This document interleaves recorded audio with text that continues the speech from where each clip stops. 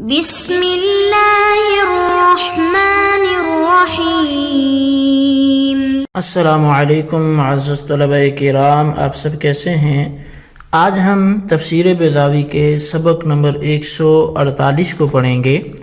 آج کے ہمارے سبق کا عنوان ہے فائدہ انذار اور ختم اللہ کا بیان۔ آج کے ہمارے سبق کی عبارت و فائدۃ الانذار بعد العلم سے شروع ہوتی ہے۔ آئیے سب سے پہلے عبارت پڑھ کے اس کا ترجمہ کرتے ہیں، اس کے بعد اس کی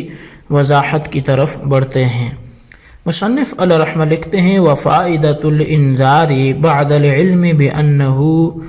لا ينجع الزام الحجة وحيازة الرسول فضل الابلاغ، ولذلك قال سواء عليهم ولم يقل سواء عليك، كما قال لعبدة الأصنام سواء عليكم أدعوتموهم أم أنتم صامتون۔ وفي الآية إخبار بالغيب على ما هو به إن أريد بالموصول شخاص بأعيان فهي من المعجزات۔ ختم الله على قلوبهم وعلى سمعهم وعلى أبصارهم غشاوة، تعليل للحكم السابق وبيان لما يقتضيه، والختم الكتم سمي به الاستيثاق من الشيء بضرب الخاتم عليه لأنه كتم له، والبلوغ آخره نظرا إلى أنه آخر فعل يفعله في إحرازه، والغشاوة فعالة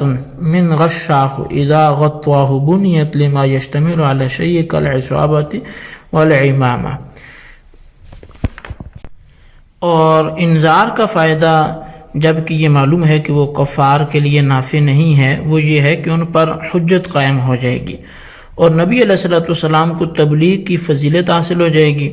اسی لیے یہاں سواء علیہم فرمایا، سواء علیکم نہیں فرمایا، جیسا کہ بت پرستوں کے حق میں سواء علیکم ادعوتموہم ام انتم صامتون فرمایا ہے۔ اور آیت میں واقعے کے مطابق اخبار بالغیب ہے، اگر اس میں موصول سے متعین اشخاص مراد لیے جائیں پس آیت ایک پھر معجزہ ہوگی۔ یہ ختم اللہ علی قلوبہم، اللہ تعالیٰ نے ان کے دلوں پر، ان کے کانوں پر، ان کی آنکھوں پر مہر لگا دی اور ان کی آنکھوں پر پردہ ہے۔ یہ حکم سابق کی تعلت اور اس کی مقتضا کا بیان ہے۔ اور ختم کے معنی ختم کے ہیں، اور مہر لگا کر شے کے قابل وثوق بنانے کو ختم اس لیے کہتے ہیں کہ اس سے اس شے کا پوشیدہ رکھنا منظور ہوتا ہے۔ اور آخری منزل پر پہنچنے کو ختم کہنا اس بات پر نظر رکھتے ہوئے کہ ختم یعنی مہر لگانا بھی ایک آخری فعل ہے جو شے کو محفوظ کرنے کے سلسلے میں اختیار کیا جاتا ہے۔ اور غشاوتن یہ فعالتن کا وزن ہے، غشاہ سے ماخوذ ہے، اور غشاہ اس وقت بولتے ہیں جب کہ کوئی شے کسی چیز کو ڈھانپ لے۔ غشاوتن کی بنیاد اور اس کا وزن اس چیز پر دلالت کرنے کے لیے ہے کہ جو کسی شے پر مشتمل اور لپٹی ہوئی ہو، جیسے عصابہ، امامہ، یہ اول کے معنی جماعت کے اور دوسرے کے معنی پگڑی کے ہیں۔ جی طلباء کرام، یہ تھی ہمارے آج کے سبق کی عبارت، اس کا ترجمہ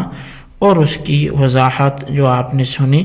آئیے اب اس کی باقاعدہ جو توضیح اور تشریح ہے ہم اس کی طرف بڑھتے ہیں۔ وفائدۃ الانذار سے ایک اشکال کا جواب دے رہے ہیں، اور وہ اشکال یہ ہے کہ جب یہ معلوم ہو گیا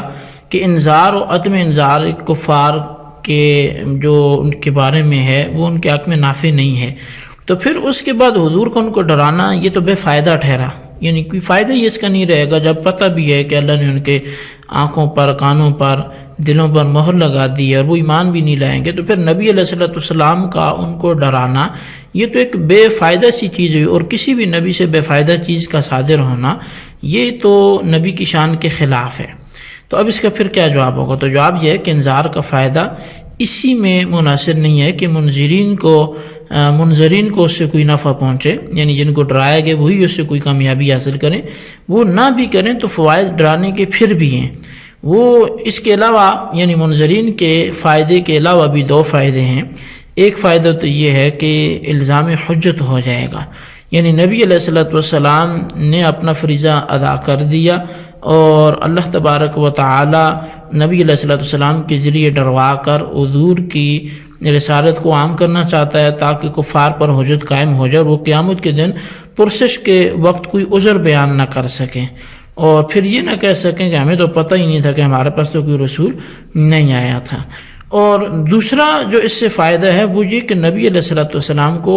تبلیغ دین کی فضیلت حاصل ہو جائے گی اور دعوت دینے کی کسی کو اس کا ثواب مل جائے گا۔ تو جب یہ دو فائدے انذار سے حاصل ہو گئے تو پھر انذار بے فائدہ کیسے رہا، بلکہ یہ تو با فائدہ ہو گیا۔ البتہ ان کفار کے اعتبار سے انذار بے فائدہ ہے، اور اسی وجہ سے اللہ تعالیٰ نے سواء علیہم فرمایا اور سواء علیکا نہیں فرمایا۔ مطلب ان کے لیے برابر ہے کہ آپ انہیں ڈرائیں یا نہ ڈرائیں، انہیں کوئی نفع نہیں ہونے والا، لیکن آپ کے لیے نفع ہے، ایک الزام حجت کا، دوسرا فضیلت ثواب کا۔ اچھا، اس سے معلوم ہوا کہ انذار کفار کے اعتبار سے انذار جو ہے وہ کفار کے اعتبار سے بے فائدہ ہے، نبی کے اعتبار سے بے فائدہ نہیں ہے، کیونکہ اگر نبی کے حق میں بھی بے فائدہ ہوتا تو بجائے علیہم کے پھر اللہ تعالیٰ علیہ کا فرماتا۔ اب انذار کے ان دونوں فائدوں کو صاحب مدارک نے بھی اسی طور پر بیان کیا ہے۔ کفار کو ڈرانے میں باوجود اس کے کہ ان کے بارے میں مصر علی الکفر ہونا معلوم ہو چکا تھا، پھر بھی حکمت یہ تھی کہ تاکہ کفار پر حجت قائم ہو جائے اور خدا کا ارسال رسول سب کے لیے عام ہو جائے اور حضور کو ثواب حاصل ہو۔ اب یہ صاحب مدارک کے حوالے سے عرض کیا۔ تو بہرحال اب دوسرا ختم اللہ علی قلوبہم سے اگر ہم اپنی گفتگو کو شروع کریں تو قاضی صاحب آیت کے ذیل میں 3 بحثیں ذکر کریں گے۔ اول بحث اس پوری آیت کے ماقبل سے مناسبت کے بیان میں ہوگی، دوسری بحث جو ہے وہ ختم اور غشاوہ کی تحقیق لغوی اور اس کی نسبت اللہ کے متعلق ہوگی، تیسری بحث وعلی سمعہم کے عطف اور علی ابصارہم غشاوۃ کی ترکیب اور قلب و سمع و بصر کی تحقیق کے متعلق ہوگی۔ اچھا، پہلی بحث کا حاصل تو یہ کہ یہ جملہ جو ہے وہ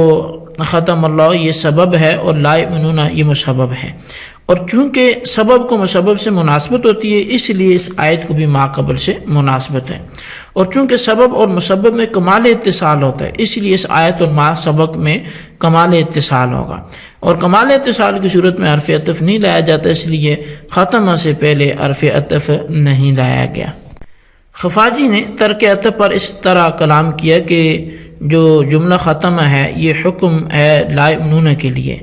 استیناف بذکر سبب المطلوب ہے، یعنی جب کفار کے بارے میں اللہ تعالیٰ نے یہ فرمایا کہ انذار و عدم انذار ان کے حق میں برابر ہے، اور برابر ہونے کا مطلب یہ ہے کہ وہ لوگ ایمان نہیں لائیں گے، تو اب حکم استواء انذار و عدم انذار و حکم عدم ایمان کو سن کر سامع کے دل میں اس کے سبب کے متعلق سوال پیدا ہونے کا توہم ہوا، یعنی سائل یہ سوال کر سکتا ہے کہ ان کے عدم ایمان کا کیا سبب ہے۔ اس سوال متوہم کو محقق کے منزل میں رکھ کر عدم ایمان کے سبب مطلق کے متعلق ختم الآیہ سے جواب دیا گیا کہ بھئی ان کے عدم ایمان کا سبب یہ ہے کہ ان کے ایمان لانے کے جتنے ذرائع ہیں سب پر اللہ تعالیٰ نے مہر لگا دی ہے اور پردہ ڈال رکھا ہے، اور سب مطلق اس لیے کہا کہ سائل نے اپنے سوال میں کسی خاص سبب کو متعین نہیں کیا تھا، جس سے معلوم ہوا کہ سائل مطلق جو ہے وہ سبب دریافت کرنا چاہتا ہے۔ دوسری بات ختم اور غشاوہ کی تحقیق لغوی اور ان کی نسبت اللہ کے متعلق ہے۔ ختمہ یہ باب ضرب یضرب سے ماضی کا صیغہ ہے اور اس کا مصدر الختم آتا ہے جیسا کہ القتم مصدر ہے۔ اس کے اصلی معنی ضرب الخاتم علی الشیء کسی شے پر مہر لگانا ہے، اور ختم کے قتم لازم ہے، یعنی ختم کے لیے قتم لازم ہے، کیونکہ قتم کے معنی چھپانے کے اور ختم کا لازمی مقصد یہی ہوتا ہے کہ مکتوب پر مہر لگا کر اس کے مضمون کو غیر مرسل الیہ سے چھپا لیا جائے اور غیر اس کو کھول کر مطلع نہ ہو سکے، تو اسی وجہ سے زمخشری نے ان دونوں کو اخوان کہا، اور یعنی ختم اور قتم اشتقاق اکبر میں یہ دونوں شریک ہیں، اس طور پر کہ دونوں اکثر الفاظ یعنی تا اور میم میں شریک ہیں اور فی جملہ معنی میں تناسب ہے، اور جب یہ ثابت ہو گیا کہ دونوں لازم ملزوم ہوں، چونکہ لازم ملزوم و تغایر ہوتا ہے اس لیے ان دونوں لفظوں میں بھی تغایر ہوگا، پس قاضی صاحب کا بصورت حمل بالمواتات الختم کا القتم کہنا جس سے اتحاد مفہوم ہوتا ہے بظاہر عام لغت کے قول کے خلاف ہے، لیکن اس کا جواب یہ دیا جا سکتا ہے کہ وہ قاضی صاحب کی عبارت مبالغہ پر محمول ہے، یعنی کمال تلازم ثابت کرنے کے لیے مبالغتاً حمل کیا گیا ہے، تو لہذا اس پر اعتراض نہ کریں۔ پھر آخر میں